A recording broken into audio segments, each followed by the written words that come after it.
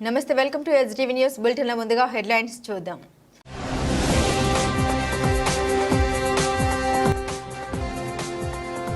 కొనసాగుతున్న AP assembly budget సమావేశాలు.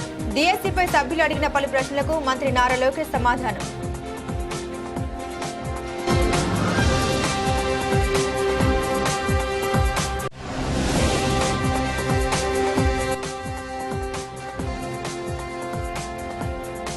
తూర్పు నియోజకవర్గంలో ఎక్కడా వర్షం నీళ్లు ఆగకుండా ప్రణాళికలు సిద్ధం.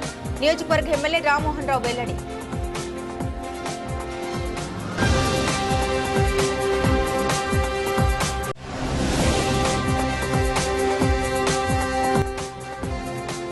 సోషల్ మీడియా పోస్టుల వ్యవహారంలో అరెస్టుల పర్వం. వైసీపీ సోషల్ మీడియా కార్యకర్త రాజశేఖర్ రెడ్డిని అదుపులోకి తీసుకున్న పోలీసులు.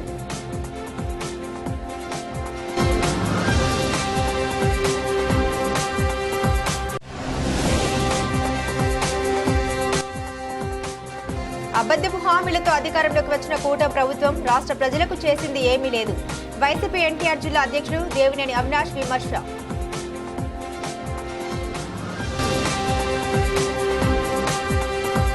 ఏపీ అసెంబ్లీ బడ్జెట్ సమావేశాలు కొనసాగుతున్నాయి. ప్రశ్నోత్తరాల్లో భాగంగా డిఎస్సీపై సభ్యులు అడిగిన పలు ప్రశ్నలకు మంత్రి నారా లోకేష్ సమాధానమిచ్చారు. తెలుగుదేశం ఆవిర్భావం తర్వాత 11 డిఎస్సీలు వేశారని, 1,50,000 మంది ఉపాధ్యాయ పోస్టులు భర్తీ చేశారని తెలిపారు.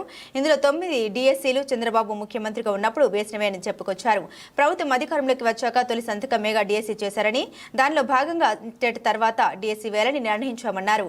డిఎస్సీకి త్వరలోనే నోటిఫికేషన్ 16,000 పై చిలుకు పోస్టులు భర్తీ చేస్తామని ప్రకటించారు. నిరుద్యోగ యువత పోరాటం మూలంగానే 93% విజయాన్ని అందుకున్నామన్నారు. సూపర్ 6 మేనిఫెస్టోలో తొలి హామీ 20 లక్షల ఉద్యోగాలు అని, దానికి ఉన్న మంత్రివర్గ ఉపసంఘంకు తనను చైర్మన్ గా సీఎం చంద్రబాబు నాయుడు నియమించారని తెలిపారు. డిఎస్సీపై స్పష్టత. డిఎస్సీపై గతంలో ఎన్ని కేసులు పడ్డాయో వాటిని స్టడీ చేయమని అధికారులకు ఆదేశాలు ఇచ్చామన్నారు. అధికారులు తగినంత సమయం కావాలని అడిగారన్నారు. ఇప్పుడు ఇచ్చే నోటిఫికేషన్ పకడ్బందీగా వేయాలని వారికి చెప్పామని తెలిపారు. యుద్ధ ప్రాతిపాదికన పెండింగ్ ఉపాధ్యాయ పోస్టులన్నింటినీ వచ్చే ఏడాది భర్తీ చేస్తామని ప్రశ్నోత్తరాల సందర్భంగా మంత్రి లోకేష్ సమాధానమిచ్చారు. సమాధానమిచ్చిన మంత్రి లోకేష్, అధ్యక్ష, విద్య పైన తెలుగుదేశం పార్టీకి ఎప్పుడు ఒక బాధ్యతగా స్వీకరించింది. మీరు చూస్తే తెలుగుదేశం పార్టీ ఆవిర్భావం తర్వాత 11 డిఎస్సీలు ఏర్పాటు చేసి 1,50,000 మంది ఉపాధ్యాయుల పోస్టులు భర్తీ చేస్తాం జరిగింది. అధ్యక్ష, నాకన్నా మీకే బాగా తెలుస్తుంది. దాంట్లో అధ్యక్ష 9 డిఎస్సీలు చంద్రబాబు నాయుడు గారు గౌరవ ముఖ్యమంత్రి గారు నాయకత్వంలో కూడా జరిగింది. అధ్యక్ష, ఈ ప్రభుత్వం అధికారంలోకి వచ్చిన తర్వాత తొలి సంతకం మెగా డిఎస్సీ మీద పెడతాం జరిగింది. అధ్యక్ష, దాంట్లో కూడా అభ్యర్థులందరూ నా నంబర్ దాదాపు రాష్ట్రం అంతా తెలిసిపోయింది. సో అందరూ నాకే డైరెక్ట్ గా మెసేజ్ పెడుతున్నారు. దాంట్లో ప్రధానంగా టెట్ ఏర్పాటు చేసి టెట్ తర్వాత డిఎస్సీ పెడితే బాగుంటుందని కోరటం జరిగింది. దాంట్లో భాగంగా మీరు చూస్తే టెట్ నిర్వహించాము. దాని తర్వాత ఇప్పుడు డిఎస్సీ కూడా త్వరలోనే మేము నోటిఫికేషన్ కూడా ఇవ్వబోతున్నాం. అధ్యక్ష, దాంట్లో 16,000 పైచిలుక పోస్టులు మళ్ళీ భర్తీ చేయబోతున్నాం. అధ్యక్ష, గత ప్రభుత్వం 5 సంవత్సరాల్లో ఒక ఉపాధ్యాయ పోస్ట్ కూడా భర్తీ చేయలేదు, కాలయాపన చేస్తాం జరిగింది. అధ్యక్ష, పెద్దలు అన్నట్టు ఈరోజు నిరుద్యోగ యువకులు ఆశతో మన ప్రభుత్వం వైపు చూశారు. వాళ్ళు పోరాడారు కనుకనే ఈరోజు పెద్ద ఎత్తున మనకి దాదాపు 93% సీట్లు మన ప్రభుత్వం కైవసం చేసుకుంటాం జరిగింది. ఒక బాధ్యత ఉంది. ఉద్యోగాల కల్పన అనేది ఒక లక్ష్యంగా పెట్టుకున్నాం. సూపర్ 6 మేనిఫెస్టోలో తొలి హామీ 5 సంవత్సరాలు 20 లక్షల ఉద్యోగాలు కల్పిస్తామని, దానికి ప్రత్యేకంగా గ్రూప్ ఆఫ్ మినిస్టర్స్ ఏర్పాటు చేసిన చైర్మన్ గా కూడా గౌరవ ముఖ్యమంత్రి గారు నియమిస్తాం జరిగింది. ఒక వార్ ఫుటింగ్ బేసిస్ మీద ఉద్యోగాల కల్పన ఒక లక్ష్యంగా పెట్టుకుని మన ప్రభుత్వం ముందరికెళ్తుందండి. ఈ సభాముఖంగా ఆంధ్ర రాష్ట్ర ప్రజలు కూడా నేను తెలుపుతున్నా. అధ్యక్ష, రాజుగారు చెప్పినట్లు ప్రధానంగా ఏంటంటే ఇక్కడ 2-3 విషయాలు చెప్పారు. ఒకటి, ఎంతమందికి ఇంకా అంటే వేకెన్సీస్ ఎంత, ఎంతమందికి ఆర్డర్స్ అనేది ఇష్యూ చేసామనే దానిపైన ఒక డిస్కషన్ ఉంది. అధ్యక్ష, గత ప్రభుత్వం నోటిఫై చేసిన వేకెన్సీస్ 4,534. అధ్యక్ష, దాంట్లో అపాయింట్మెంట్ ఆర్డర్స్ ఇప్పటికి ఇచ్చింది 3,939. అంటే ఒక 600 సుమారుగా ఒక 600 వేకెన్సీస్ ఉన్నాయి. గౌరవ సభ్యులు ఇంకెక్కువ ఉన్నాయన్నారు అధ్యక్ష. ఆ వివరాలు నేను తీసుకుని దాన్ని ఎట్లా టేకప్ చేయాలో చేస్తా అధ్యక్ష. రెండోది వచ్చేగల పెద్దలు అన్నట్టు రిటైర్మెంట్ బెనిఫిట్స్ అనేది వాస్తవంగా ఎంటీఎస్ కి ఉండదు, సో అది వర్తించదు అధ్యక్ష. ఇంకో పక్కన ఏంటంటే భవిష్యత్తులో ఎలాంటి ఇబ్బంది వచ్చినా తూర్పు నియోజకవర్గంలో ఎక్కడ వర్షం నీళ్లు ఆగకుండా ప్రణాళిక సిద్ధం చేసినట్లు తూర్పు నియోజకవర్గ ఎమ్మెల్యే రామ్మోహన్ రావు తెలిపారు. గత ప్రభుత్వ నిర్లక్ష్య కారణంగానే వరదలు వచ్చినప్పుడు అనేక చోట్ల వర్షం నీళ్లు నిలిచిపోయి అన్నారు. తూర్పు నియోజకవర్గ పరిధిలో 4వ డివిజన్ లైలా గార్డెన్ ఆవరణలో నూతనంగా నిర్మించిన రీడింగ్ రూమ్ ను గద్దె రామ్మోహన్ ప్రారంభించారు. అనంతరం ఆయన మాట్లాడారు. గతంలో 50% విజయవాడ కార్పొరేషన్, 50% స్థానికుల ఆర్థిక సహాయంతో అపార్ట్మెంట్స్, కాలనీలు అభివృద్ధి పనులు చేశామన్నారు. వైసీపీ హయాంలో గతంలో ఉన్న అన్ని స్కీంలను రద్దు చేశారన్నారు. గత ప్రభుత్వ నిర్లక్ష్య వైఖరి కారణంగానే వరదలు వచ్చినప్పుడు అనేక కాలనీలో వర్షపు నీళ్లు నిలిచిపోయి మురికి కూపాలుగా తయారయ్యన్నారు. చెత్తపై పన్ను వేసిన చెత్త ప్రభుత్వం వైసీపీ అని రామ్మోహన్ రావు నిప్పులు చెరిగారు. స్థానిక కార్పొరేటర్ జాస్తి సాంబశివరావు మాట్లాడుతూ ఈ పార్కులో రీడింగ్ రూమ్ ఏర్పాటుకు గద్దె రామ్మోహన్ రావు ఎంపీగా ఉన్న సమయంలో నిధుల సహాయంతో నిర్మించామన్నారు. ప్రస్తుతం గద్దె రామ్మోహన్ శాసనసభ్యుడిగా నూతన రీడింగ్ రూమ్ ను ప్రారంభించడం ఆశించదగ్గ విషయమన్నారు. అభివృద్ధి చంద్రబాబు నాయుడు సీఎంగా ఉన్న సమయంలో మాత్రమే జరిగిందన్నారు. భవిష్యత్తులోని విజయవాడ నగరానికి ఎలాంటి ఇబ్బందులు లేకుండా బడ్జెట్లో కూడా సీఎం నిధులు కేటాయించారన్నారు. 2019 వరకు విజయవాడ నగరంలో చాలా కాలనీలు, ఇలాంటి కాలనీలు అనేకం వాళ్ళ కాలనీలు వాళ్ళే శుభ్రపరుచుకునే విధంగా, వాళ్ళ డ్రైన్లు ఇవన్నీ కూడా వాళ్ళే అజమాయిషీ చేసే విధంగా 50-50 కాంట్రిబ్యూషన్, అంటే 50% కార్పొరేషను 50% కాలనీ వాళ్ళు పెట్టుకుని ఎంతో చక్కగా కాలనీలు తీర్చిదిద్దుకున్నారు. 2019 ఎలక్షన్ తర్వాత జగన్మోహన్ రెడ్డి గారి ప్రభుత్వం చెత్త పన్నేసి భారం పెంచడమే కాకుండా ఇలాంటి స్కీములన్నీ 50-50 స్కీములన్నీ కూడా తీసేయటం వల్ల మొత్తం అపరిశుభ్రంగా మారటమే కాకుండా, డ్రైన్లు పాడైపోవటమే కాకుండా, ఎక్కడా కూడా సిల్ట్ తీసిన పాపాన పోకపోవటం వలన చిన్నపాటి వర్షం సైతం రోడ్ల మీదకి నీళ్ళు వచ్చి అనేకమైన ఇబ్బందులు గురై ఇవాళ ఇలాంటి కాలనీలు మోకాళ్ళు లోతుకు నీళ్ళలో వర్షానికి ఉన్నాయంటే అది ఈ 5 సంవత్సరాల్లో డ్రైన్ల మీద, సైడ్ డ్రైన్స్ కానివ్వండి, అండర్ గ్రౌండ్ డ్రైన్స్ కానీ సరైన శ్రద్ధ తీయకపోవడం. ఈ 5 సంవత్సరాల్లో ఒక్కరోజు కూడా సిల్ట్ తీసిన పాపాన పోలేదు. ఆ సిల్ట్ తీయపోవటం వల్ల సిల్ట్ పేరుకుపోయి అన్ని చోట్ల కూడా మురుగుమయమైపోయింది. దానికి ఈరోజు నారా చంద్రబాబు నాయుడు గారు ఒక ప్రత్యేకమైన శ్రద్ధ తీసుకుని విజయవాడ నగరంలో ఎక్కడా ఇలాంటి ఇబ్బందులు మరలా రాకుండా ఇక్కడ సుమారు కొన్ని 100 కోట్లైనా సరే ఖర్చు పెట్టి వీటిని రిపేర్ చేయాలని చెప్పి నిర్ణయించుకోవడం, తక్షణమే 200 కోట్ల రూపాయలు ఈ డ్రైన్ల కోసం ఇవ్వటం జరిగింది. అంతేకాదు ఈ వరద ప్రాంతంగా విజయవాడ నగరంలో 3,300 కోట్ల రూపాయలతో కేంద్ర ప్రభుత్వ సహకారంతో ఈ యొక్క సైడ్ డ్రైన్స్, అది అండర్గ్రౌండ్ డ్రైన్ 2 బాగు చేయడానికి కూడా నిర్ణయం తీసుకోవడం జరిగింది. ఏదేమైనా కూడా నారా చంద్రబాబు నాయుడు గారి నాయకత్వంలో విజయవాడ నగరం పరిశుభ్రమైన నగరంగా, ఎలాంటి ఇబ్బందులు రాని నగరంగా తీర్చిదిద్దాలని చేసి ఆయన సంకల్పానికి మనందరం కూడా సహకరించాలని, మరలా ఇదే కాలనీలకి 50% వర్కర్స్ని పెట్టుకుని 50% జీతం కాలనీలు ఇచ్చే విధంగానే 50% గవర్నమెంట్ ఇచ్చే విధంగానే మళ్ళీ కాలనీ వాసులు కోరుతూ ఉన్నారు. మేము కానీ జాస్తి సాంబశివరావు కానీ ఈ 5 నెలల్లో అనేక సందర్భాలు మున్సిపల్ కమిషన్ దృష్టి కూడా తీసుకురావడం జరిగింది. మరలా ఒకసారి నారాయణ గారితో మాట్లాడి ఆ పాత స్కీమ్ అన్ని కాలనీ వాళ్ళకి ఇష్టమైతే ఆ పాత స్కీమ్ని తీసుకొచ్చి మరలా మన కాలనీని మనమే శుభ్రపరుచుకునే విధంగా చేసుకుని మన నగరాన్ని మనం పరిశుభ్రమైన నగరంగా తీర్చిదని మనందరం కూడా సమిష్టిగా కృషి చేయాలనేది నా యొక్క అభిప్రాయం. దానికి ఎప్పుడు కూడా మా కార్పొరేట్లు ఎప్పుడు కూడా పాజిటివ్గా స్పందించి ఎప్పుడు వాళ్ళ కార్పొరేషన్లో వాళ్ళ డివిజన్ ఎప్పుడు కూడా పరిశుభ్రంగా ఉండాలనే భావంతో నిరంతరం తిరుగుతూ పనిచేస్తూ ఉంటారు. దాంట్లో జాస్తి సాంబశివరావు గారు యొక్క రోజు కూడా నిరంతరం ఎక్కడ సమస్య ఉన్నా కూడా ఎవరి దృష్టికి తీసుకెళ్ళి ఆ సమస్యను పరిష్కరించాలో అది పరిష్కరించే విధంగా ఆయన ప్రయత్నం చేస్తుంటే ఆయన సహకారంతో మా వంతుగా ఒక శాసనసభ్యుడిగా నేను కానీ, పార్లమెంట్ సభ్యుడిగా శివనాథ్ గారు కానీ విజయవాడ నగరాన్ని ఒక భద్రమైన నగరంగా తీర్చిదని ప్రయత్నం చేస్తాం. నారా చంద్రబాబు నాయుడు గారు ముఖ్యమంత్రిగా ఉండగా గతంలో కానీ ఎప్పుడైనా కానీ పట్టణ ప్రాంతాలు కానీ పల్లె ప్రాంతాలు కానీ పరిశుభ్రమైనటువంటి వాతావరణంలో ఉండటం, మౌలిక సదుపాయాల కల్పనలో ముందుండడం కూడా మనం గతంలో చూసాము. ఈ ఆంధ్ర రాష్ట్రంలో నైట్ శానిటేషన్ విధానాన్ని డ్వాక్రా గ్రూపుల ద్వారా ప్రవేశపెట్టినటువంటి వ్యక్తి ఎవరైనా ఉన్నారంటే శ్రీ నారా చంద్రబాబు నాయుడు గారిని కూడా మీకు తెలియజేస్తూ ఉన్నాం.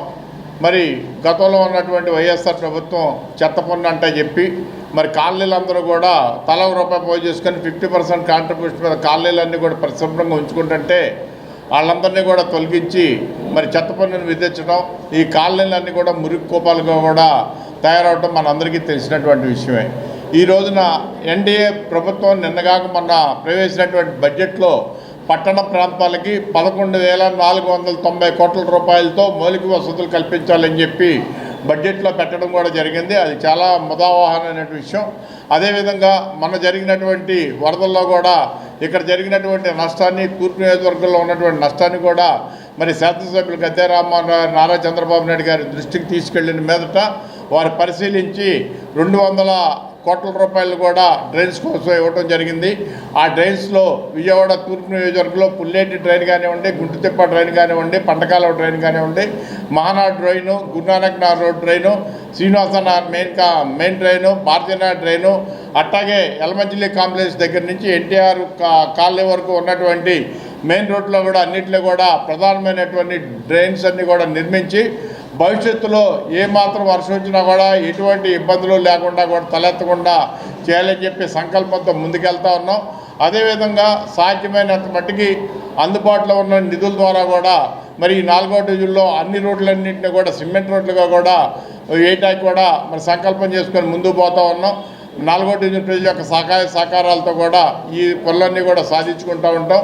అంతేకాదు ఒక ముఖ్యమైన విషయం చెప్తా ఉన్నాం. ఈరోజు మనం ఇక్కడ రీడింగ్ రూమ్ నిర్మించుకుంటూ ఉన్నాం. గద్దె రామ్మోహన్ రావు గారు పార్లమెంట్ సభ్యులుగా ఉండగా ఆ రోజున ఇది 42వ డివిజను.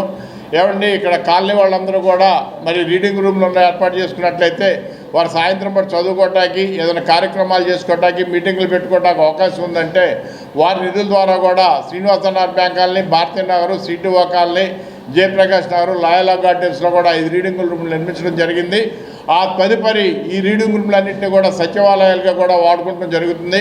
ఆ సచివాలయాలుగా వాడుకునేటువంటి సందర్భంలో కాలనీ వాసులందరికీ కూడా పైన అంతస్తు చేస్తామని చెప్పి వేయించలేదు. మేము పోరాడంగా ఈ రీడింగ్ రూమ్ ఒకటి నిర్మించారు. మిగిలిన 4 రీడింగ్ రూములు కూడా త్వరలోనే కూడా ఏర్పాటు చేస్తామని కూడా మీ అందరికీ కూడా తెలియజేస్తా ఉన్నాం.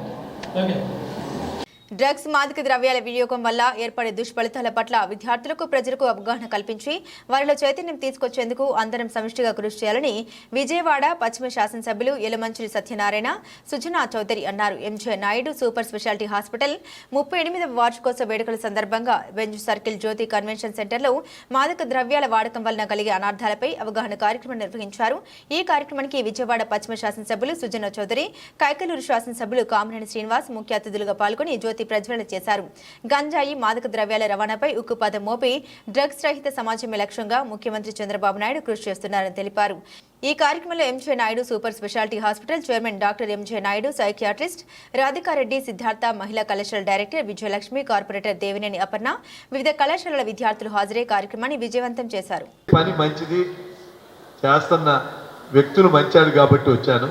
నిజంగా మంచి కార్యక్రమం. మనం 38th యానివర్సరీ అని ఏదో డిన్నర్ పెట్టి 10 మందిని పిలిచి భోజనాలు పెట్టే కన్నా సమాజానికి ఇవాళ సమాజం ఎంత అభివృద్ధి చెందుతుందో దాంతోపాటు కొన్ని చెప్పాలంటే దురదృష్టకరంగా వెర్రితలలు కూడా వేస్తారు.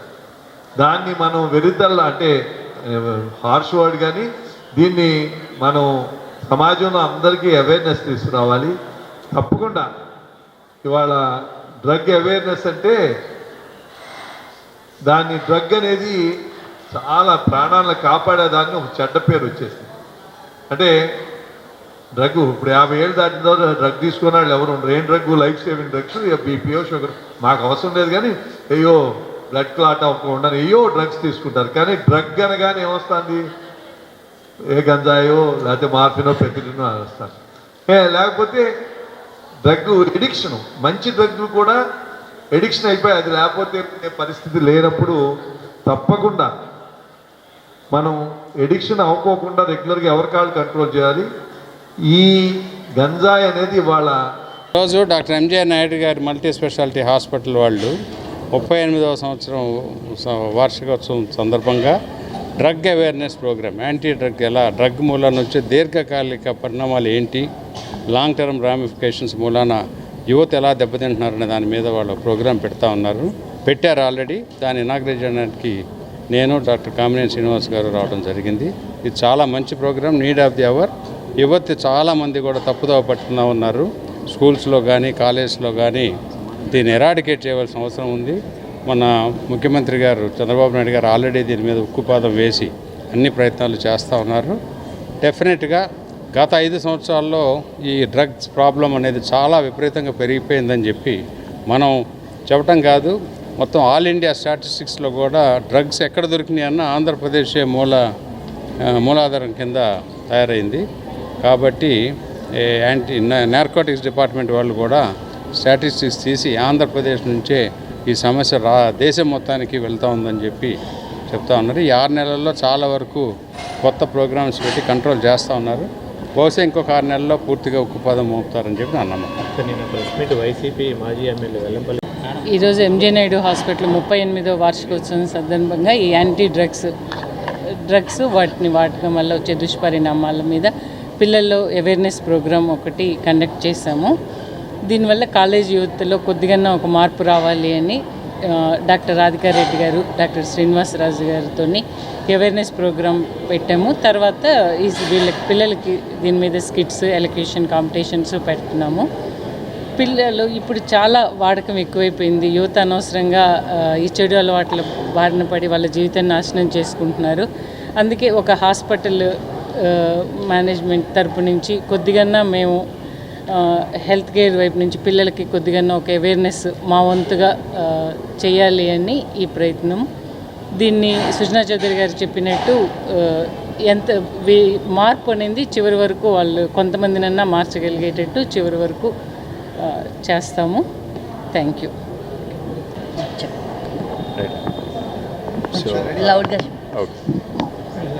ఈరోజు ఎంజే నాయుడు హాస్పిటల్ ఒక 150 బెడెడ్ టెర్షియరీ ఆర్థోపెడిక్ హాస్పిటల్ అండి. ఈ పొజిషన్కి రావడానికి అందరూ ప్రేమ అనురాగాలు వాళ్ళ సపోర్ట్ వల్లే మనం ఈ పొజిషన్కి రాగలిగాము ఈ ఆర్గనైజేషన్.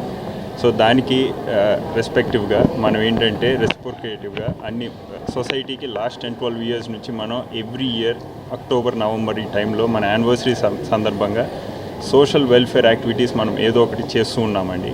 ఇయర్ అలాగే మనం ఏంటంటే డ్రగ్ అవేర్నెస్ మీద, ఎందుకంటే యంగ్ మైండ్స్ ఏంటి అంటే ఫర్టైల్ సాయిల్స్ లాంటివి. అప్పుడు మనం ఏదైతే హ్యాబిట్స్ సర్వ్ చేస్తారో దాంట్లో అయ్యే మనకి రేపు అన్న రోజు క్యారెక్టర్గా తీర్చిదిద్దుతాయి. కాబట్టి మనం ఏంటంటే ఈ డ్రగ్స్ మీద ఉన్న వాటి వల్ల వచ్చే ప్రాబ్లమ్స్ ఏంటి, వాటి మీద వచ్చే బ్యాడ్ ఎఫెక్ట్స్ ఏంటి అనేది మనం ఇప్పుడే కానీ వాళ్ళకి మనం అవేర్నెస్ అనేది తీసుకురాగలిగితే దానివల్ల వాళ్ళు వాటికి దూరంగా ఉండటం వల్ల మనం ఇంకా రెస్పాన్సిబుల్ అడల్ట్స్ కింద వాళ్ళు తయారవుతారని చెప్పి మనం ఈ ప్రోగ్రామ్ తీసుకోవడం జరిగిందండి ఈ ఇయర్. అంటే యాక్చువల్గా స్కూల్స్కి కూడా వెళ్ళి ఇలాంటి ప్రోగ్రామ్స్ ఏమైనా కండక్ట్ చేసే ఆలోచన? ఆంధ్రప్రదేశ్ గిరిజన గురుకుల అవుట్సోర్సింగ్ ఉపాధ్యాయుల న్యాయమైన సమస్యలు పరిష్కరించాలని డిమాండ్ చేస్తూ ఉద్యోగులు ధర్నా చేపట్టారు. 2024 మెగా డిఎస్సీలో గిరిజన గురుకుల అవుట్సోర్సింగ్ ఉపాధ్యాయుల పోస్టులు చూపించరాదని డిమాండ్ చేశారు. అలాగే గిరిజన గురుకులాల్లో పనిచేసే ఉపాధ్యాయులకు ఉద్యోగ భద్రత కల్పించాలని అవుట్సోర్సింగ్ ఉద్యోగులు డిమాండ్ చేశారు. ఎన్నికల సమయంలో కూటమి ప్రభుత్వం ఇచ్చిన హామీని అమలు చేయాలన్నారు. నమస్కారం సార్, నా పేరు మల్లికార్జున నాయక్. నేను గిరిజన గురుకుల పాఠశాలలో వ్యాయామోపాధ్యాయునిగా పనిచేస్తున్నాను. మేము గత 7 సంవత్సరాల నుంచి కూడా అతి తక్కువ జీతంతో గిరిజన గురుకుల పాఠశాలలో పనిచేస్తున్నాం సార్. మాకు ఎన్నోసార్లు మేము అధికారుల దగ్గరికి, తర్వాత ఆఫీసర్ల దగ్గర కలిసాం, కానీ మా న్యాయమైన సమస్యలను ఇంతవరకు ఎవరు కూడా పరిష్కరించలేకపోతున్నారు సార్. మేము ఎందుకని చెప్పేసి మేము ప్రతి ఒక్కరిని కలుస్తున్నాము, మా సమస్యలను చెప్తున్నాం, కానీ మాకు ఇంతవరకు న్యాయం జరగలేదు. మాకు ఈ కూటమి ప్రభుత్వంలో సరే మా గిరిజన గురుకుల యొక్క ఉపాధ్యాయుల సమస్యలు పరిష్కరిస్తారని మేము నమ్ముతున్నాం సార్. మా యొక్క ముఖ్యమైన సమస్యలు, మాకు 2022 పిఆర్సీ ప్రకారము జీతాలు పెంచాలి. తర్వాత మాకు అవుట్సోర్సింగ్ పని, గిరిజన గురుకులలో పనిచేసే అవుట్సోర్సింగ్ టీచర్లను అవుట్సోర్సింగ్ అనే పదం తీసేసి మమ్మల్ని కాంట్రాక్ట్ చేయాలి. అదేవిధంగా ఇప్పుడు 2024 మెగా డిఎస్సీలో మా యొక్క గిరిజన గురుకుల 1143 పోస్టులను మినహాయింపు ఇవ్వాలి సార్. మేము డిఎస్సీకి కానీ, ప్రభుత్వానికి కానీ, అధికారులు కానీ ఎవరికి కూడా మేము వ్యతిరేకం కాదు. మా న్యాయమైన సమస్యలు ఖచ్చితంగా పరిష్కరిస్తే మేము కూడా సమాజంలో అందరి టీచర్ల మాదిరిగా మేము కూడా అన్ని రకాలుగా మేము అభివృద్ధి చెందడానికి అవకాశం ఉంటుంది సార్. మేము సోషల్ మీడియా పోస్టుల వ్యవహారంలో అరెస్టుల పర్వం కొనసాగుతుంది. తాజాగా గుంటూరు జిల్లా నకరికలకు చెందిన వైసీపీ సోషల్ మీడియా కార్యకర్త రాజశేఖర్ రెడ్డిని పోలీసులు అదుపులోకి తీసుకున్నారు. మాజీ మంత్రి అంబటి రాంబాబు ఆఫీసులో పోలీసులు అతన్ని అరెస్టు చేశారు. ప్రభుత్వంపైన, ప్రభుత్వ పెద్దలపైన సోషల్ మీడియాలో అసభ్యకర పోస్టులు పెడుతున్న వైసీపీ సోషల్ మీడియా యాక్టివిస్టుల్ని పోలీసులు రోజుకో చోట అదుపులోకి తీసుకుని రిమాండ్కు తరలిస్తున్నారు. ఈ రోజు ఉదయం రాజశేఖర్ రెడ్డిని పోలీసులు అదుపులోకి తీసుకున్నారు.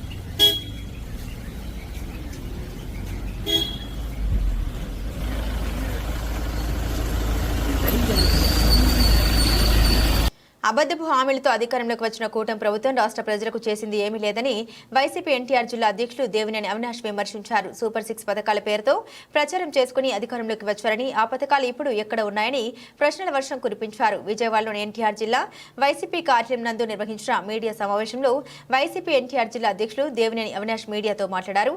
ఎన్నికల సమయంలో విజయవాడలో కానీ తూర్పు నియోజకవర్గంలో కానీ కూటమి నేతలు ఇచ్చిన ఏ హామీ అమలు కాలేదన్నారు. వైసీపీ హయాంలో కార్పొరేషన్లో శాంక్షన్ అయిన పనుల వద్ద శంకుస్థాపన చేస్తూ కూటమి నేతలు కాలక్షేపం చేస్తున్నారని మండిపడ్డారు. ఎమ్మెల్యే గద్దె రామ్మోహన్ 6 నెలల కాలంలో చేసిందేమీ లేదన్నారు. రోడ్లు, డ్రైనేజీ, ఇతర సమస్యలన్నీ అలాగే ఉన్నాయని, ఇది శంకుస్థాపన ప్రభుత్వమే కానీ ప్రజలకు మంచి చేసే ప్రభుత్వం కాదన్నారు. వైసీపీ హయాంలో ప్రారంభించి చివరి దశలో ఉన్న పనుల్ని వెంటనే పూర్తి చేయాలన్నారు. లేని పక్షంలో పోరాటం చేయడానికి సిద్ధంగా ఉన్నామని, స్మార్ట్ మీటర్ల పేరుతో మరో డ్రామాకు తెరలేపారని అన్నారు. వైసీపీ ప్రభుత్వంపై, జగన్ పై కూటమి నేతలు నిందలు వేశారని, ఇప్పుడు ఏం సమాధానం చెబుతారని నిలదీశారు. ఒక మీడియా సమావేశంలో పాల్గొనడానికి వచ్చిన పెద్దలు రాష్ట్ర వైఎస్ఆర్సీపీ నాయకులు చల్లారావు గారికి, నగరపాలక సంస్థ YSRCP party floor leader Venkata Satyanarayana గారికి, 2వ డివిజన్ కార్పొరేటర్ నిర్మల్ కుమారి గారికి, 6వ డివిజన్ కార్పొరేటర్ అమర్ గారికి, 17వ డివిజన్ కార్పొరేటర్ రామిరెడ్డి గారికి, అదేవిధంగా 22వ డివిజన్ కార్పొరేటర్ కొండారెడ్డి గారికి, మిగిలిన అందరి దగ్గర నా ఒక నమస్కారాలు తెలియజేస్తూ, ఈరోజు నగరంలో కూటమి ప్రభుత్వం ఆధ్వర్యంలో, అంటే ఎన్నికలకు ముందు అనేక హామీలు, ముఖ్యంగా మా తూర్పు నియోజకవర్గానికి సంబంధించి స్థానిక శాసనసభ్యులు అనేక హామీలు, ఇళ్ల పట్టాల దగ్గర నుంచి కానివ్వండి, రోడ్ల దగ్గర నుంచి కానివ్వండి, డ్రైనేజ్ వ్యవస్థ దగ్గర నుంచి కానివ్వండి, అన్ని ప్రాంతాల్లో ఎన్నికల ముందు అనేక హామీలు, మమ్మల్ని గెలిపించండి, తప్పకుండా గతంలో కంటే ఎక్కువ అభివృద్ధి కార్యక్రమాలు చేస్తామని చెప్పిన కూటమి ప్రభుత్వం సంబంధించిన శాసనసభ్యుడు గద్దె రామ్మోహన్ ఈరోజు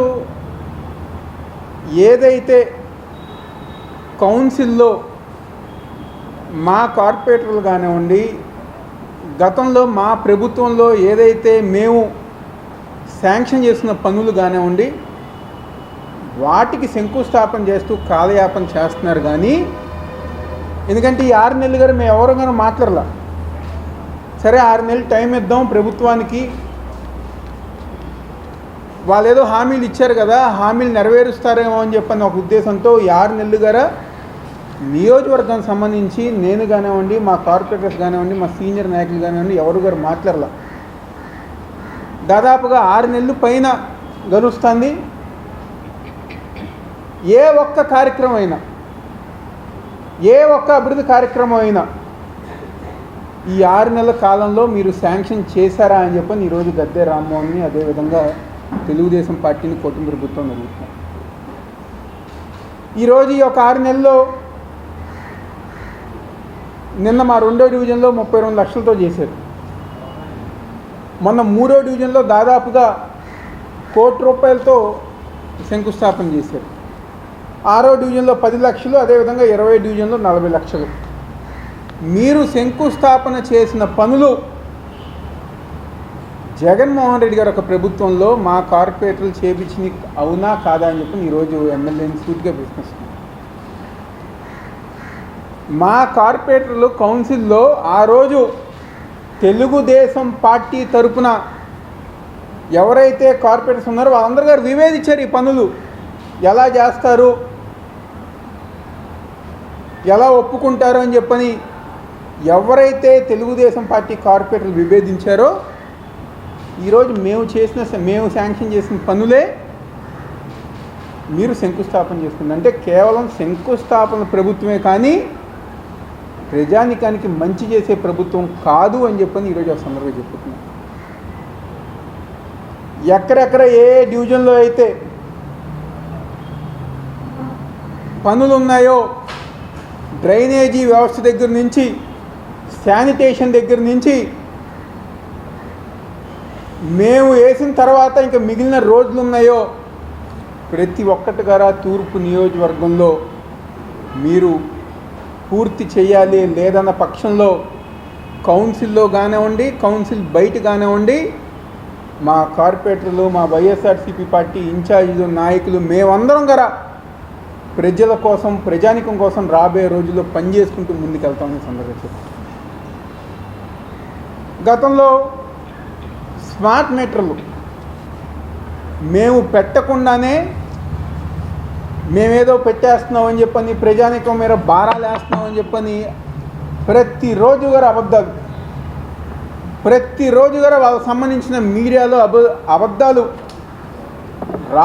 రాపించిన గద్దె రామ్మోహన్ తెలుగుదేశం పార్టీ ఈరోజు మళ్ళీ మీరు స్మార్ట్ మీటర్లు పెడతానికి ఇది చేస్తున్నారు. దీనికి మీరు ఏం సమాధానం చెప్తారు ప్రజానికానికి అని చెప్పని ఈరోజు వైఎస్ఆర్ కాంగ్రెస్ పార్టీ తరఫున మేము పూర్తిగా ప్రశ్నిస్తున్నాం. తక్షణమే డిఎస్సి నోటిఫికేషన్ విడుదల చేయాలని రాష్ట్ర ప్రభుత్వ శాఖలో ఖాళీగా ఉన్న పోస్టులపై శ్వేతపత్రం విడుదల చేయాలని అసెంబ్లీ సమావేశంలో నిరుద్యోగ సమస్యపై చర్చించి రాష్ట్ర మంత్రివర్గ ఉపసంఘం ఏర్పాటు చేయాలని అఖిల భారత యువజన సమైక్య ఏఐవైఎఫ్ రాష్ట్ర అధ్యక్షులు పరుచూరి రాజేంద్ర డిమాండ్ చేశారు. 6 సంవత్సరాలుగా నోటిఫికేషన్ లేకపోవడం వలన వేలాది మంది నిరుద్యోగులు వయో పరిమితికి మించి ప్రభుత్వ ఉద్యోగాలకు అర్హత కోల్పోయారని వారిని కూడా దృష్టిలో ఉంచుకోవాలని కోరారు. హనుమాన్పేటలోని దాసరి భవన్లో పత్రికా విలేకరుల సమావేశం నిర్వహించారు. ఈ సందర్భంగా పరుచూరి రాజేంద్ర బాబు మాట్లాడుతూ గత 6 సంవత్సరాలుగా డిఎస్సి నోటిఫికేషన్ లేక అభ్యర్థులు తీవ్ర ఇబ్బందులు పడుతున్నారని, డిఎస్సి నోటిఫికేషన్ పేపర్ లీక్ పరిమితమైందన్నారే తప్ప ఆచరణలో లేదని ఆవేదన వ్యక్తం చేశారు. డిఎస్సి నోటిఫికేషన్లో ఏ జిల్లాకు అన్యాయం జరగకుండా చూడాలని వారు కోరారు. పరుచూరి రాజేంద్ర బాబు, ఏఐవైఎఫ్. నా పేరు పరుచూరి రాజేంద్ర బాబు, ఏఐవైఎఫ్ రాష్ట్ర అధ్యక్షులు. ఆంధ్రప్రదేశ్ రాష్ట్రంలో డిఎస్సి నోటిఫికేషన్ తక్షణమే విడుదల చేయాలని అఖిల భారత యువజన సమైక్య ఏఐవైఎఫ్గా కోరుతా ఉన్నాం. అదేవిధంగా ఒక జిల్లాకి ఒకే పరీక్షా పేపర్ ఉండేటటువంటి విధానాన్ని తీసుకురావాలని చెప్పేసి కూడా ఈ సందర్భంగా కోరుతా ఉన్నాం. వెనుకబడినటువంటి అనంతపురం, ప్రకాశం, నెల్లూరు, శ్రీకాకుళం జిల్లాల్లో పోస్టులను, ఎస్జిటి పోస్టులను 1000 పోస్టులకు పెంచి నోటిఫికేషన్ ఇవ్వాలని చెప్పేసి మేము కోరుతా ఉన్నాం. ఎందుకంటే జిల్లాల్లో ఉన్నటువంటి ఉపాధ్యాయ పోస్టులు భర్తీకి నోటిఫికేషన్ ఇస్తాము, డిఎస్సి ప్రకటిస్తామని చెప్పేసి ముఖ్యమంత్రి చంద్రబాబు నాయుడు గారు నాడు ప్రతిపక్షంలో ఉన్నప్పుడు చెప్పారు. ఎన్నికల్లో ఉన్నటువంటి నిరుద్యోగులందరూ కూడా టీచర్లు, ఉపాధ్యాయ పోస్టులు భర్తీ చేస్తారనేటువంటి నమ్మకంతో ఈ ప్రభుత్వానికి ఓట్లేసి గెలిపించారు. ఈ ప్రభుత్వం అధికారంలోకి వచ్చి 5 నెలలు గడుస్తున్నా కూడా 8 కేబినెట్ సమావేశాలైన ఇంతవరకు డిఎస్సి నోటిఫికేషన్కి సంబంధించి, డిఎస్సికి సంబంధించి పేపర్లకే పరిమితమైంది తప్ప ఏ రకమైనటువంటి ముందడుగు వేసినటువంటి పరిస్థితి లేదు. డిసెంబర్లో డిఎస్సి పరీక్ష పూర్తి చేస్తామని రాష్ట్ర ప్రభుత్వం ప్రకటించింది, కానీ ఇంతవరకు దానికి సంబంధించినటువంటి నోటిఫికేషన్ విడుదల కాకపోవడంతో, గత 6 సంవత్సరాలుగా నోటిఫికేషన్ లేకపోవడంతో నిరుద్యోగ అభ్యర్థులు తీవ్రమైనటువంటి ఆవేదనకు గురవుతున్నటువంటి నేపథ్యంలో తక్షణమే నోటిఫికేషన్ విడుదల చేయాలని గతంలో జరిగినటువంటి ఘటనలను గుర్తుంచుకొని రాష్ట్ర ప్రభుత్వం ఎటువంటి న్యాయపరమైనటువంటి చిక్కులు లేకుండా అభ్యర్థులకి ఒకే రోజు పరీక్షా విధానం, అదేవిధంగా పరీక్షకు సంబంధించినటువంటి తేదీ, ఫలితాలకు సంబంధించినటువంటి తేదీ, నియామక పత్రాలకు సంబంధించినటువంటి తేదీని కూడా నోటిఫికేషన్లో విడుదల చేయాలని చెప్పేసి మేము కోరుతా ఉన్నాం. అదేవిధంగా రాష్ట్ర వ్యాప్తంగా ప్రభుత్వ శాఖల్లో గత ప్రభుత్వం ఖాళీగా 2,35,794 పోస్టులు ఖాళీగా ఉన్నాయని చెప్పేసి చెప్పింది. ఇప్పుడు ఇంకా 5 సంవత్సరాల నోటిఫికేషన్ రానన్నటువంటి పరిస్థితుల్లో ఇంకొక 1,00,000 పైగా పోస్టులు పెరిగేటటువంటి పరిస్థితుల్లో రాష్ట్ర వ్యాప్తంగా ఎన్ని లక్షల పోస్టులు ఖాళీ ఉన్నాయనేటువంటిది శ్వేతపత్రం విడుదల చేయాలని చెప్పేసి కూడా మేము కోరుతా ఉన్నాం. రాష్ట్ర అసెంబ్లీ సమావేశాలు జరుగుతున్నటువంటి నేపథ్యంలో నిరుద్యోగ సమస్య మీద అసెంబ్లీలో చర్చించి రాష్ట్ర మంత్రివర్గ ఉపసంఘాన్ని ఏర్పాటు చేసి నిరుద్యోగ సమస్యకు శాశ్వత పరిష్కారాన్ని చూపాలని కూడా ఈ రాష్ట్ర ముఖ్యమంత్రి గారిని, ఉప ముఖ్యమంత్రి గారిని ఈ సందర్భంగా కోరుతా ఉన్నాం. టౌన్లో నూతనంగా శ్రీ మురుగన్ ఫ్లెక్స్ ప్రింటింగ్ షోరూంను ఏర్పాటు చేయడం జరిగింది. నగర ప్రముఖులు ఫ్లెక్స్ ప్రింటింగ్ షాప్ను లాంఛనంగా ప్రారంభించి వ్యాపారం దినదిన అభివృద్ధి చెందాలని ఈ సందర్భంగా వారు ఆకాంక్షించారు. వన్ టౌన్ రావిచెట్టు సెంటర్ శారదా స్కూల్ ఎదురుగా శ్రీ మురుగన్ ఫ్లెక్స్ ప్రింటింగ్ షాపును నూతనంగా ఏర్పాటు చేశారు. ఈ సందర్భంగా నిర్వాహకులు గోడెల శ్రీనివాసరావు, మేఘనాథ్ మాట్లాడారు. వన్ టౌన్ ప్రాంత ప్రజలు ఫ్లెక్సీల కోసం టూ టౌన్కు వెళ్లాల్సిన పరిస్థితి నెలకొందని, ప్రజల అవసరాలను దృష్టిలో ఉంచుకొని వన్ టౌన్లో మురుగన్ ఫ్లెక్స్ ప్రింటింగ్ ఏర్పాటు చేశామన్నారు. తమ వద్ద బ్యానర్లు, star flex, back light, vinyl stickers, visiting cards, invitation cards, photo frames కు సంబంధించిన ప్రింటింగ్ వేయడం జరుగుతుందని తెలిపారు. వన్ టౌన్ ప్రాంత ప్రజలు ఈ అవకాశాన్ని సద్వినియోగం చేసుకుని తమను ఆశీర్వదించాలని వారు కోరారు. శ్రీ మురుగన్ ఫ్లెక్స్ ప్రింటింగ్స్ అనే ఒక వ్యాపారం అనేది ప్రారంభించడం జరిగింది. మరి ఆ వ్యాపారంలో వన్ టౌన్లో చాలామంది కూడా ఈ ఫ్లెక్స్ బ్యానర్లు కానీ, లేకపోతే వెడ్డింగ్ ఇన్విటేషన్స్ డిజైన్స్ కానీ, పాంప్లెట్స్ కానీ, లేకపోతే విజిటింగ్ కార్డ్స్ కానీ అందరూ కూడా టూ టౌన్ వెళ్ళడం జరుగుతుంది. సో వన్ టౌన్లో ఎక్కడ లేని సమయంలో లేదు కాబట్టి చాలామంది ఇబ్బంది పడుతున్నారు. ఆ ఒక్క ఉద్దేశించుకొని మేము ఈరోజు ఇక్కడ వన్ టౌన్లో స్థాపించడం జరిగింది. మరి అందరూ సపోర్ట్ కూడా మాకు అందిస్తున్నారు, అలాగే అందిస్తారని కూడా భవిష్యత్తులో ఆశిస్తున్నాము. అలాగే మా దగ్గర ఫ్లెక్సీ బ్యానర్స్ కానీ, ఫ్రేమ్లు కానీ, బోర్డ్స్ కానీ, తర్వాత విజిటింగ్ కానీ, పాంప్లెట్స్ కానీ, తర్వాత వెడ్డింగ్ కార్డ్స్ కానీ, తర్వాత వినాయిల్ కానీ, స్టార్ కానీ అన్నీ కూడా మాకు అందుబాటులో ఉన్నాయి మా దగ్గర. ఏంటి వన్ టౌన్ ప్రజలు అందరూ కూడా ఈ ఒక సంస్థని ఉపయోగించుకోవాల్సిందిగా అందరినీ కూడా పేరు పేరున కోరుకుంటున్నాము. అలాగే దీనికి అందరూ కూడా ముఖ్య అతిథులు కూడా మా సుజనా చౌదరి వెస్ట్ ఎమ్మెల్యే గారు కూడా రావడం జరుగుతుంది. అండ్ టైం అనేది ఇంకా చెప్పలేదు. అలాగే మా ఎన్టీఆర్ జిల్లా ప్రెసిడెంట్ అడ్డూరి శ్రీరామ్ గారికి, అలాగే మా నగర మేయర్ గారు ఆయన బాలకృష్ణ గారికి, అలాగా తర్వాత మన ముద్దాంకన్ గారికి, నాగుల మీరా గారికి, అలా పేరు పేరున అందరికీ కూడా మేము కృతజ్ఞతలండి. ఎందుకంటే వాళ్ళందరూ కూడా రావడం జరుగుతుంది. ఈ సంస్థను కూడా వన్ టౌన్లో పెట్టారని చెప్పి అందరూ కూడా మమ్మల్ని మెచ్చుకోవడం జరిగింది. అందరూ కూడా చాలా మంది సపోర్ట్ చేస్తున్నారు. వన్ టౌన్లో పెట్టారు అనగానే మంచి పని చేశారు, చాలా మంచి సంస్థ స్థాపించారు అని చెప్పడం జరుగుతుంది. అలా అందరూ కూడా మాకు సపోర్ట్ చేస్తే మేము ఇంకా కొంచెం ముందుకు వెళ్దామని చెప్పేసి ఆలోచనలో ఉన్నాము. అందరికీ కూడా నమస్కారం అండి. నా పేరు గూడెల శ్రీనివాసరావు అండి. దానికి మా బామ్మర్ది తమ్మిన మేఘనాథ్ అండి. దీనికి ప్రొపరేటర్ మొత్తం అంతా తను చూస్తున్నది మొత్తం తినే, ఏంటి డిజైనర్ కానీ, ఆపరేటర్ కానీ మొత్తం చేసేది మొత్తం ఆయనే. టైమింగ్స్ 24/7 అండి. Timings 24/7 any time. Mid night లేదు, నైట్ లేదు, ఎనీ టైం ఒక్క కాల్ చేస్తే మేము అందుబాటులో ఉంటాం. ఆ ఒక సర్వీస్ ఇవ్వాలనే ఉద్దేశంతోనే మేము ఇంకా గట్టిగా కృషి చేయడం జరుగుతుంది. ఎనీ టైం ఎప్పుడైనా సరే మా అర్ధరాత్రి ఫోన్ చేయడం మేము లిఫ్ట్ చేస్తాం. రెండో రింగే ఫోన్ లిఫ్ట్ చేస్తాం. రెండవ రోజు ఏపీ అసెంబ్లీ సమావేశాలు కొనసాగుతున్నాయి. సభ మొదలైన వెంటనే స్పీకర్ అయ్యన్న పాత్రుడు ప్రశ్నోత్తరాల్ని చేపట్టారు. ఈ సందర్భంగా గ్రామ వార్డు మహిళా కార్యదర్శులపై అసెంబ్లీలో చర్చ జరిగింది. మహిళా కార్యదర్శులు విధి నిర్వహణలో స్పష్టత ఇవ్వాలని ఎమ్మెల్యే కూన్ రవికుమార్ కోరారు. వారికి జాబ్ చార్టుపై స్పష్టత ఇవ్వాలని ఎమ్మెల్యేలు తంగిరాల సౌమ్య, మాధవిరెడ్డి కోరారు. ఎమ్మెల్యేలు అడిగిన ప్రశ్నలకు హోంమంత్రి వంగలపూడి అనిత సమాధానమిచ్చారు. గత ప్రభుత్వం చేసిన అనాలోచిత చర్యల వల్ల ఈ పరిస్థితి వచ్చిందన్నారు. గ్రామ మహిళా కార్యదర్శులకు పోలీస్ డ్రెస్ ఇవ్వాలని వైసీపీ వాళ్ళు చూశారని తెలిపారు. ఎన్బిడబ్ల్యూలను ఇంప్లిమెంట్ చేయాలని మహిళా కార్యదర్శుల్ని పంపారన్నారు. వీళ్లకు నిబంధనకు విరుద్ధంగా అన్ని రకాల పోలీస్ డ్యూటీలు ఇచ్చారని, దీనిపై ప్రభుత్వం తగిన చర్యలు తీసుకుంటుందని హోంమంత్రి అనిత సమాధానమిచ్చారు. కేవలం రెండే వారాలు వాళ్ళకి ట్రైనింగ్ ఇచ్చి, ఒకటేమో ఒక వారం పోలీస్ డిపార్ట్మెంట్ వాళ్ళు, ఇంకొక వారం ఐసిడిఎస్ డిపార్ట్మెంట్ వాళ్ళు ట్రైనింగ్ ఇచ్చి ఓవరాల్గా చెప్పాలంటే వీళ్ళు గ్రామాల మీదకి వదిలేశారు అధ్యక్ష. వాళ్ళు పంపించిన తర్వాత కూడా వాళ్ళకి ఇష్టాలు కూడా గ్రహించకుండా పోలీస్ డ్రెస్ కూడా వాళ్ళకి వేయటానికి, ఇంచుమించుగా పోలీస్ యూనిఫామ్ కూడా వాళ్ళకి వేయాలి అని చెప్పి వాళ్ళు రిస్ట్రిక్ట్ చేస్తే వాళ్ళు కూడా దానికి భయపడి బాధపడి చాలామంది కోర్టులకు వెళ్ళిన సందర్భాలు కూడా ఉన్నాయి అధ్యక్ష. ఇన్ని రకాలుగా వీళ్ళు చేసిన అధ్యక్ష, వీళ్ళకి ఏంటంటే అధ్యక్ష ఎస్కార్ డ్యూటీలు, బందోబస్తు డ్యూటీలు, వాళ్ళు అక్కడికి వచ్చి ఏడ్చేవారు అధ్యక్ష. నా అప్పీల్ ఏంటంటే ఇక్కడ గౌరవ సభ్యులందరూ ఉన్నారు. గౌరవ సభ్యులందరూ కూడా ఈ విషయంలోనే మనందరికీ కూడా అవగాహన ఉంది. ఈ గౌరవ సభ్యులందరూ కూడా ఈ విషయంలో, ఈ మహిళా కార్యదర్శుల విషయంలో మనం ఏం చేస్తే వాళ్ళ సేవలు వినియోగించుకునేటట్టుగా ఉంటుందో, గౌరవ సభ్యులు ఎవరైనా లిఖితపూర్వకంగా మాకు సూచనలు సలహాలు ఇచ్చినా దాన్ని బేస్ చేసుకొని, అదేవిధంగా మనం డిపార్ట్మెంట్ వాళ్ళతో కూడా చర్చించి దీని మీద నిర్ణయం తీసుకొని యాజ్ ఎర్లీ యాజ్ పాసిబుల్ మహిళా కార్యదర్శులకి వాళ్ళకి ఒక మహిళా సంరక్షణ కార్యదర్శులకి ఒక జాబ్ చార్ట్ ఇస్తామని చెప్పి సభ ద్వారా మీ ద్వారా సభకు తెలియజేసుకుంటున్నాను అధ్యక్ష. వారు టైం లేదు రవి, ప్లీజ్ కోఆపరేట్ చేయండి. మున్సిపల్ మినిస్టర్ గారు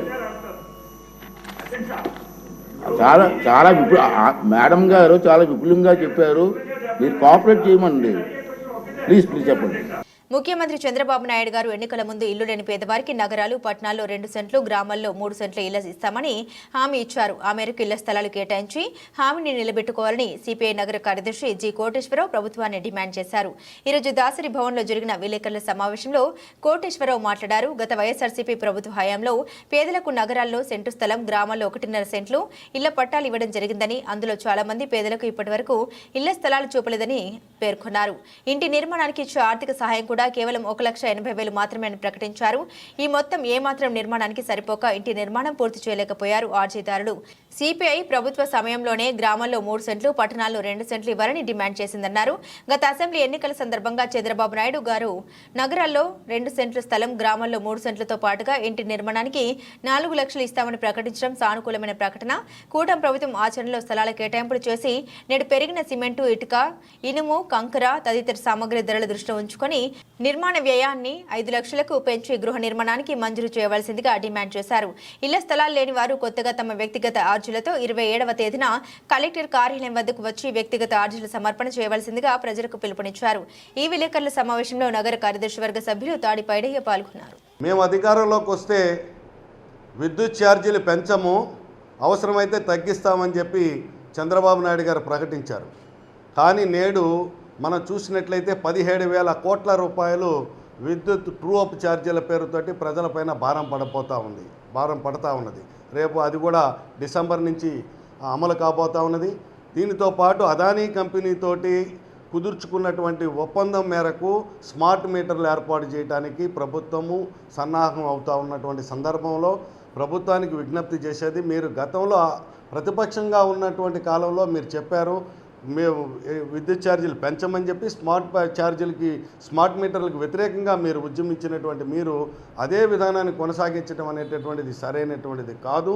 స్మార్ట్ మీటర్స్ ఏర్పాటు చేయటం అంటే ముందుగా మనం బిల్లు చెల్లించుకోవాలా, ఒకవేళ ఏ టైంలో కరెంటు రీఛార్జ్ చేసుకున్నటువంటిది ఆగిపోద్దో తెలియనటువంటి పరిస్థితుల్లో అర్ధరాత్రి అయినా సరే కరెంటు పోయేటటువంటి పరిస్థితి ఉంటుంది. కాబట్టి ఆ రకమైనటువంటి విధానాన్ని ప్రభుత్వం ఉపసంహరించుకోవాలని, ఈ 17,000 కోట్ల రూపాయల ట్రూ అప్ ఛార్జీల యొక్క భారం రాష్ట్ర ప్రభుత్వమే భరాయించాలని చెప్పి ఇప్పటికే సిపిఐగా అనేక రూపాల్లో ప్రభుత్వం పైన ఆందోళన చేస్తూ ఉన్నాం. ఈ సందర్భంగా తుళ్ళూరులో జరిగినటువంటి సబ్స్టేషన్ ప్రారంభోత్సవానికి విచ్చేసినటువంటి చంద్రబాబు నాయుడు మేము అధికారంలో ఉన్నటువంటి రాబోయేటటువంటి కాలంలో విద్యుత్ ఛార్జీలు పెంచమని చెప్పారు. దాన్ని సిపిఐగా స్వాగతిస్తున్నాం. కానీ అదే సందర్భంలో గత ప్రభుత్వం చేసుకున్నటువంటి ఒప్పందం విద్యుత్ సర్దుబాటు ఛార్జీల రూపంలో పడేటటువంటి భారాన్ని ప్రభుత్వమే భరాయించాలనేటటువంటిది ప్రభుత్వానికి డిమాండ్ చేస్తూ ఇప్పటికే సిపిఐగా అనేక రూపాయలు ఆందోళన చేశాం. రేపు 19వ తారీఖున వామపక్ష పార్టీల ఆధ్వర్యంలో విజయవాడ నగరంలో పెద్ద ఎత్తున ప్రభుత్వ ఈ విధానానికి నిరసనగా ఆందోళన కార్యక్రమం చేపట్టబోతా ఉన్నాం. ఆ కార్యక్రమంలో కూడా వినియోగదారులు అలాగే ప్రజలందరూ కూడా పాల్గొని రాబోయేటటువంటి కాలంలో విద్యుత్ భారాలు ప్రజలపైన పడకుండా ఉండేటట్లుగా చేసేటటువంటి ఉద్యమంలో ప్రజలందరూ కూడా భాగస్వాములు కావాలని చెప్పి సిపిఐగా విజ్ఞప్తి చేస్తాం. సింగ్ నగర్, పాయగపురం, రాజరాజేశ్వరిపేట, జొక్కంపొడి, అంబాపురం, పి నయనవరం పరిసర ప్రాంతాల్లో వరద బాధిత కుటుంబాలకి నిత్యావసరాలు పంపిణీ కార్యక్రమం నిర్వహించారు. అన్ని గ్రామాలకు వెళ్ళి వాళ్ళ మనుషులు తెచ్చుకుంటారు. అంత సో అందువల్ల ఏంటంటే ఇక్కడ వాళ్ళకి తెలియదు. సరే ఇదే ప్రపంచం ఇక్కడే వండుకుంటున్నారు, ఉద్యోగాలు సరైన లేక. కానీ ఉద్యోగాలు మన రాష్ట్రంలో ఉన్నాయి. పక్క రాష్ట్రాల వాళ్ళు ఒరిస్సా, బెంగాల్ అక్కడ వాళ్ళు వచ్చి చేసుకుంటారు. వాళ్ళకి ఏంటంటే ఒకసారి రాష్ట్రం దాటిపోయిన తర్వాత భాష వేసుకొచ్చిన వాళ్ళు విజయవాడ అయితే, విశాఖపట్నం అయితే, లేకపోతే చెన్నై దగ్గర అయితే ఏ విధంగా అవుతుంది. వాడు ఉద్యోగం బాగానే ఉంటుందంటే వచ్చేస్తుంది. కానీ మన వాళ్ళు ఊరు దాటడానికి ఇబ్బంది పడుతున్నారు. మనం ఏంటంటే ఫస్ట్ తక్కువ జీతమే వస్తుంది ఎప్పుడైనా సరే. ఏదైనా నేర్చుకునేటప్పుడు మనం పని రానప్పుడు ఇస్తారు. కానీ ఒక్కసారి పని నేర్చుకున్న తర్వాత అలా స్కిల్స్ పెరిగేతుంది. ఎక్కడైనా ప్రమోషన్ వస్తుంది, ఎక్కడైనా మంచి జీతాలు వస్తాయి. ఆ కంపెనీలో బాగా చేస్తున్నారంటే పక్క కంపెనీలో కూడా ఇంకొక అవకాశాలు వస్తాయి. ఎప్పుడు చిన్న పని ఆ రోజు పని అయిపోయింది, ఈ రోజు కూలి, ఆ రోజు కూలి చేస్తున్నాం. ఏ దాంట్లో కూడా మనకు సరైనటువంటి విద్యా స్కిల్స్ ఏర్పడతాం రాబోతే మనకు పెరగలేదు. వేరే దగ్గర అభివృద్ధిలోకి నోచుకోలేదు. అందుకని ఏంటంటే మంచి కంపెనీలో కొద్దిగా ఫస్ట్ లో మొట్టమొదటిలో మన స్కిల్స్ లేనప్పుడు, నైపుణ్యం లేనప్పుడు తక్కువ స్థాయిలోనే జాయిన్ అవ్వాలి. కానీ ఆ నిత్యాన్న మెట్లు ఎక్కుకుంటూ పోవాలి.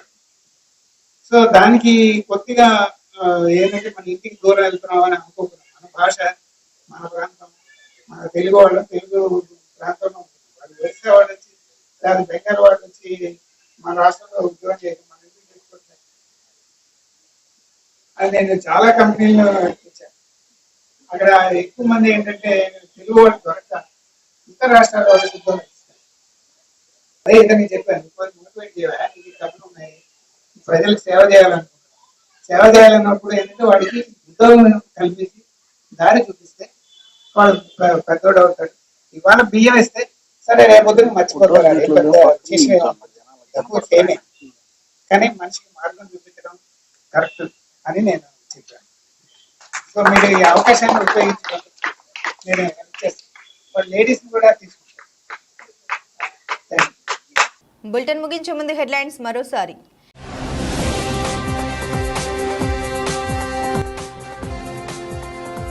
కొనసాగుతున్న ఏపీ అసెంబ్లీ బడ్జెట్ సమావేశాలు. డిఎస్సీపై సభ్యులు అడిగిన పలు ప్రశ్నలకు మంత్రి నారా లోకేష్ సమాధానం.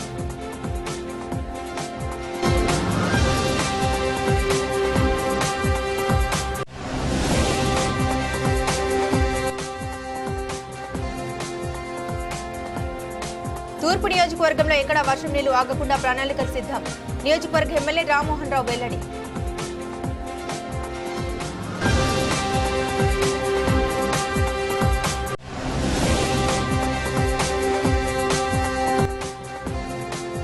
సోషల్ మీడియా పోస్టుల వ్యవహారంలో అరెస్టుల పర్వం.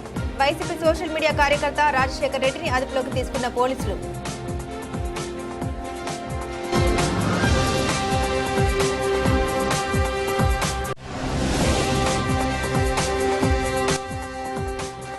అబద్ధపు హామీలతో అధికారంలోకి వచ్చిన కూటమి ప్రభుత్వం రాష్ట్ర ప్రజలకు చేసింది ఏమీ లేదు. వైసీపీ ఎన్టీఆర్ జిల్లా అధ్యక్షుడు దేవినేని అవినాష్ విమర్శ.